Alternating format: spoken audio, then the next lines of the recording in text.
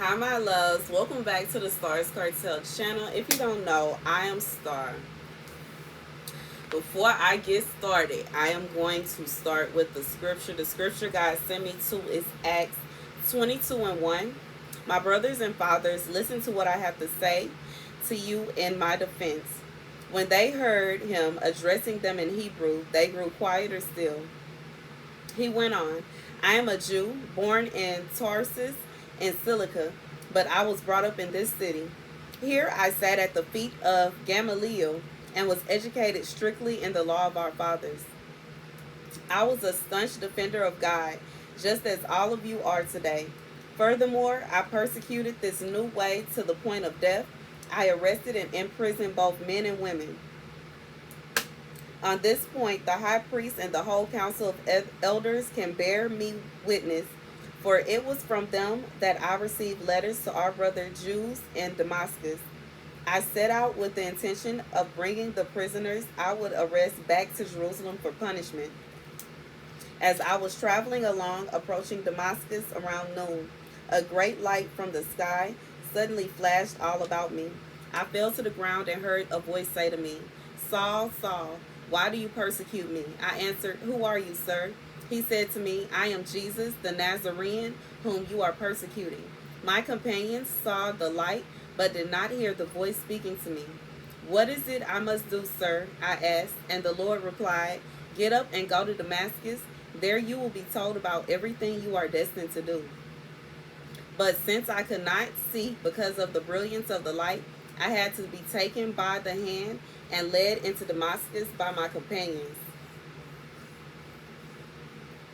A certain Ananias is a devout observer of the law and well spoken by all the Jews who lived there, came and stood by me. Saul, my brother, he said, recover your sight. In that instant, I regained my sight and looked at him. The next thing he said was, the God of our fathers long ago designated you to know his will, to look upon the just one, and to hear the sound of his voice. Before all men, you are to be a witness to what you have seen and heard. Why delay then? Be baptized at once and wash away your sins as you call upon his name. Upon my return to Jerusalem, I was praying in the court of the temple, where I fell into a trance and saw Jesus speaking to me. You must make haste, he said. Leave Jerusalem at once, because they will not accept your testimony about me. I answered, Lord, it is because they know that I imprisoned those who believed in you and flogged them in every synagogue. While the blood of your witness Stephen was being shed, I stood by and approved it. I even guarded the cloaks of those who killed him.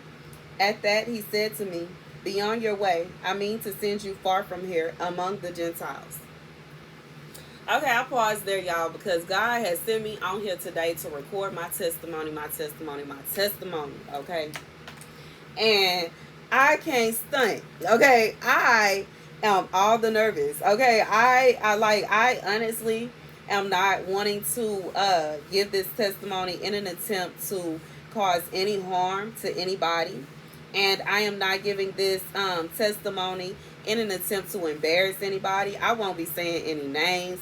The only way that the people on this channel will know who I'm talking about is if, they themselves start, But anyways, if you claim it, but this testimony is necessary because God wants someone to be saved out here. By the testimony, someone will be saved. And by this testimony, someone will be freed. And by this testimony, others too can not only bear witness to God's grace and his mercy, but also bear witness to just the truth, just knowledge. And especially, like I hear God saying, knowledge is power. Okay, so let's get into this testimony. And I am going to also add, I do not know when God is going to ask me to release this testimony. It may be today, and it also may be months from now, okay? So I'm going to add right here that I am editing this video, and I do have to take certain things out because, like I said already, I'm not trying to embarrass anybody. But basically, this testimony is going to be a testament of how I found out that I was involved with someone who was gay, okay? And not only was this person gay, but this person was pretending to like women in an attempt to trap them into the sex slave trade, okay? They were trapping women into prostitution while simultaneously playing games, okay? And also doing other things. And yeah, this video is intended to be awareness to women and just awareness to anybody to be careful, because you never know who you are dealing with. And if God tell you something is wrong, listen. Even if it puts you in a position to where you look bad, if you like just dip out and you just disappear, sometimes it is necessary. It is much better for you to feel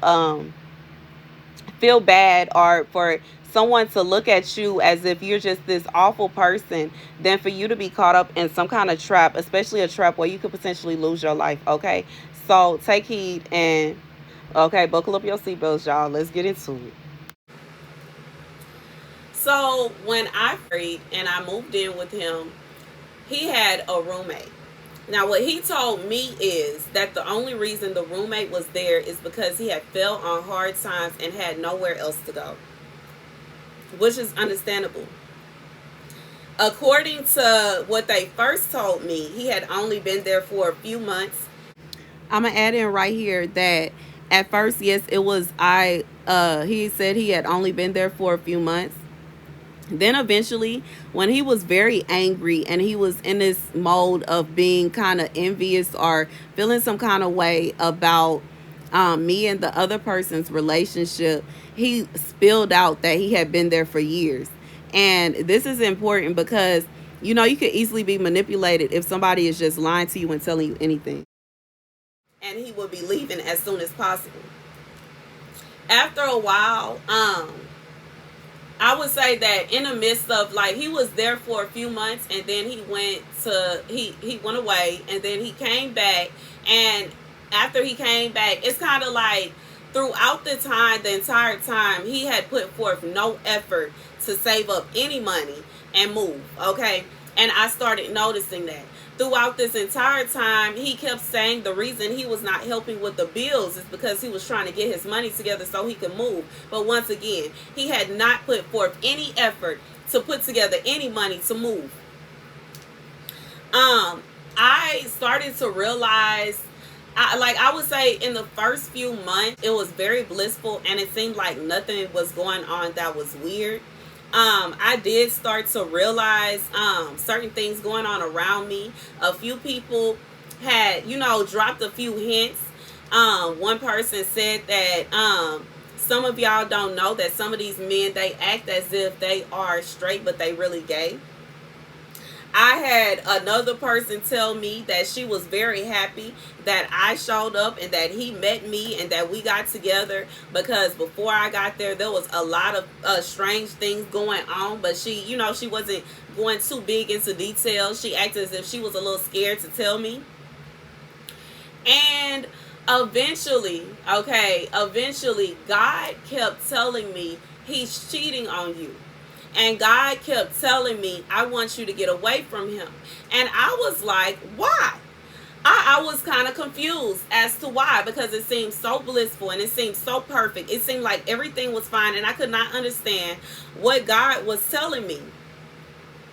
And I wanted to know. And it's just, I feel like the biggest part of me was this big feeling of me not wanting to seem like this.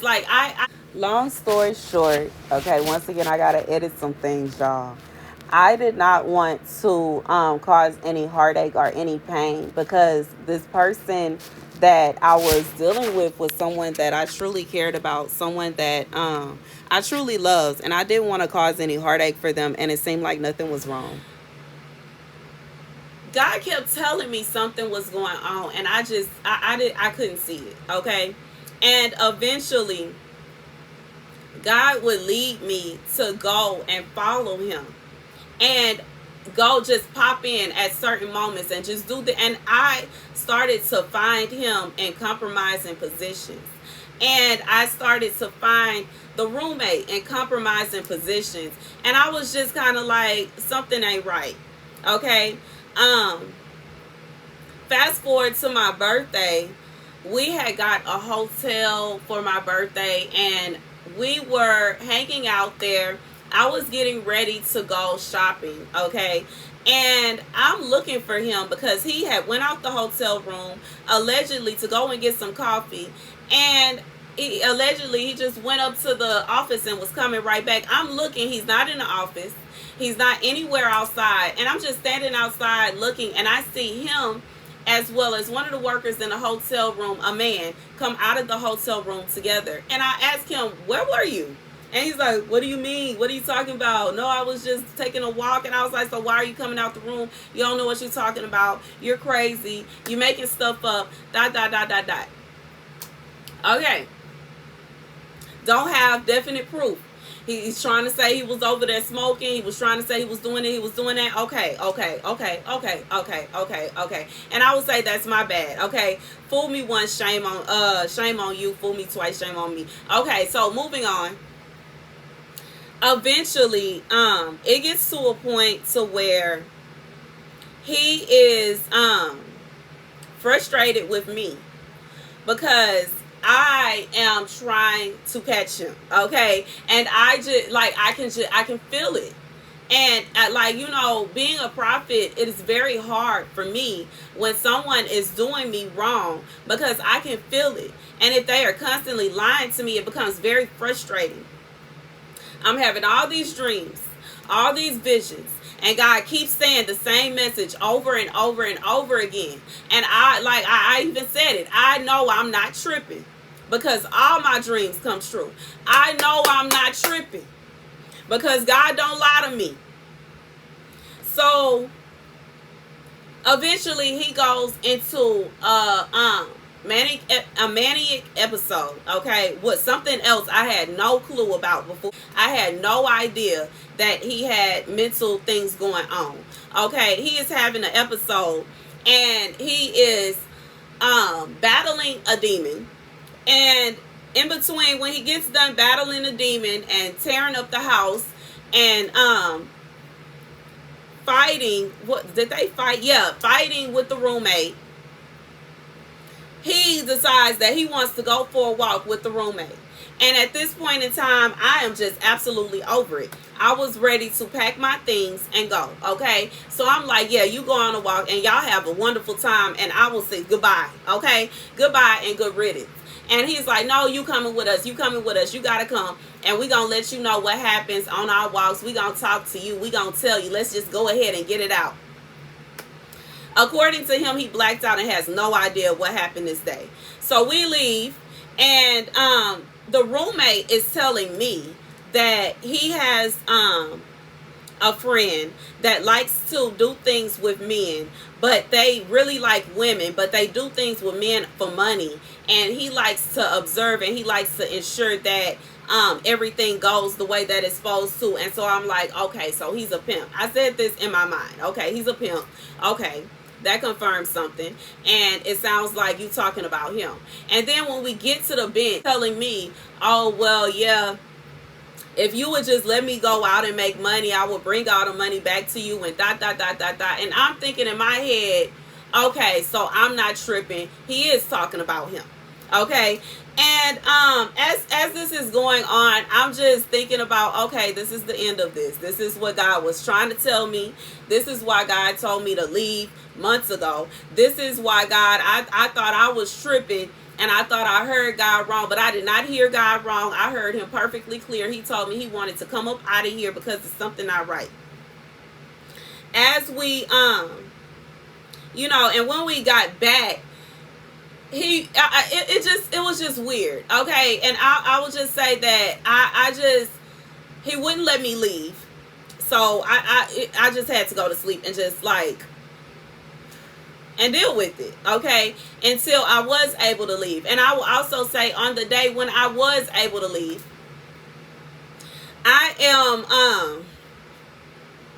I asked him the next day if he is gay, and he's telling me, no, I don't know what you're talking about. No, no, no, that's not what happened. No, he was talking about somebody else. No, no, no, that's not about me. And I'm like, nah, I know I'm not tripping.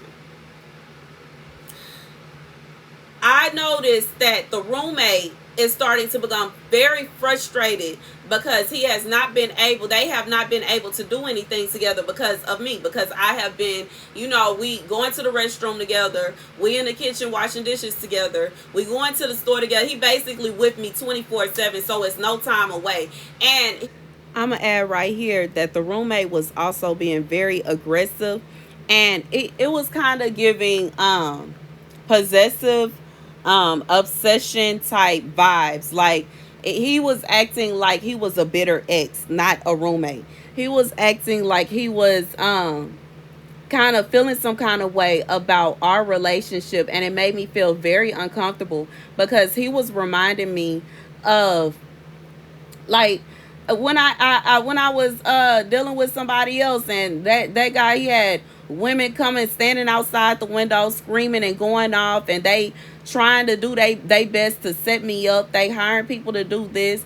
And now that everything has come to light to me, I do believe that the roommate was behind a lot of things that were going on around me. There were moments when people would just mess with me for no reason. I had no idea why, because I really didn't talk to anybody.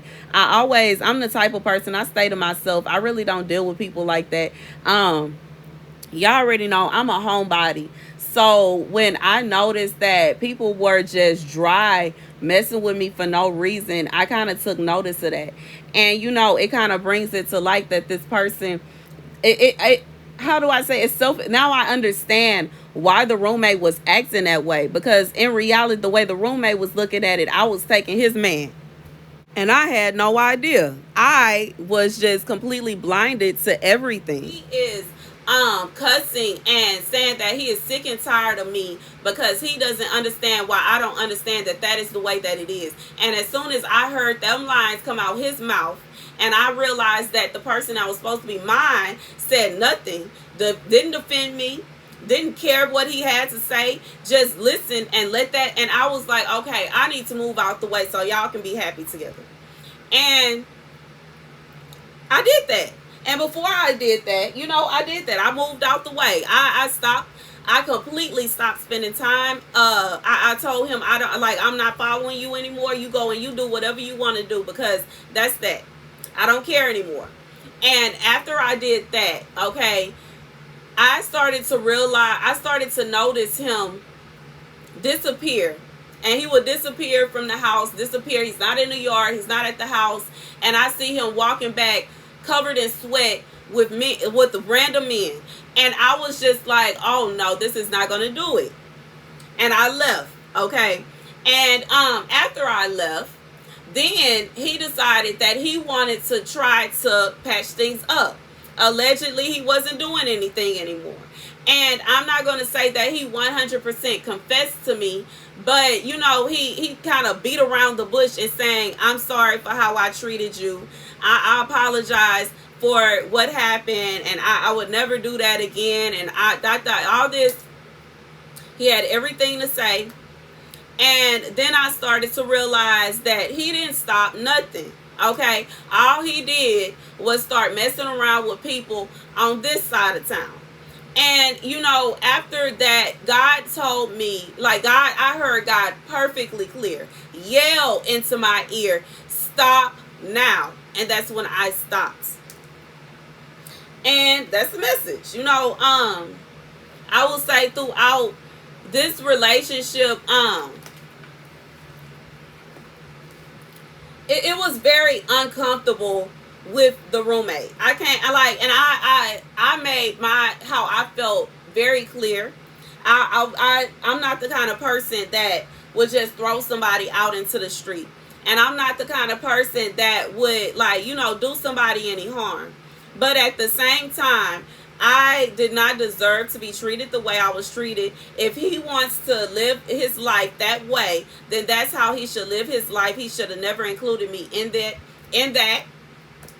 But God also was talking to me about other things, just like realizing that all of these exes, okay, that these women that were allegedly exes of his were prostitutes, okay, and that was kind of making me think, okay, are y'all like, it just kind of unveiled a lot to me that not only were they lovers, okay, but it seems as though they have this niche to where they make women fall in love with them, and they try to get them hooked on drugs and ship them out into the streets. But as y'all would know, your girl, like I like, glory to the blood, okay, that like I don't have a taste for drugs like that. I'm not interested in doing. I have a job, okay, so in reality it wouldn't have worked on me, and it wasn't going to work on me because God got me. But I will say that, you know, it was a very awful experience. Okay, I'm sick of it, and I am utterly disgusted. Okay, and that's how I truly feel. At this point, I am utterly disgusted, utterly disgusted, utterly disgusted. And I'm not the kind of person that is hateful. I don't have anything personal. I don't have any beef with people that live their life that way. If that's what you want to do, that is your business. But it is not right to try to involve me in your foolery. And this man lied to me saying that he wanted to be a pastor, saying he wanted to be married, and he always wanted a wife. And that, you know, that clashed with the fact of me looking at his exes and realizing they were all thoughts. How? No, you couldn't possibly want to be married if all you going after is the kind of girls that's selling themselves. Nah, this is two completely different pathways. And you know, it was just so, it was so weird. And you know, like I would say at the beginning, after I started to peep what was going on and God started to tell me things, I thought, I started to think maybe this man was strong arming him. Maybe this man was pushing himself on him and making him do these things, until he himself started to get angry with me and started to get violent with me because he wanted what he wanted. And that's when I decided, if that's what you want, then let me get out the way. I don't know why you called me over here anyways. He could have been left me alone. Years. He could have been left me alone. He ain't have to, like, it was not a requirement for him to text me. It was not a requirement for him to reach out to me at all. Nobody was trying to tell him that if he don't talk to me on the phone that he's going to be in trouble. None of this was necessary.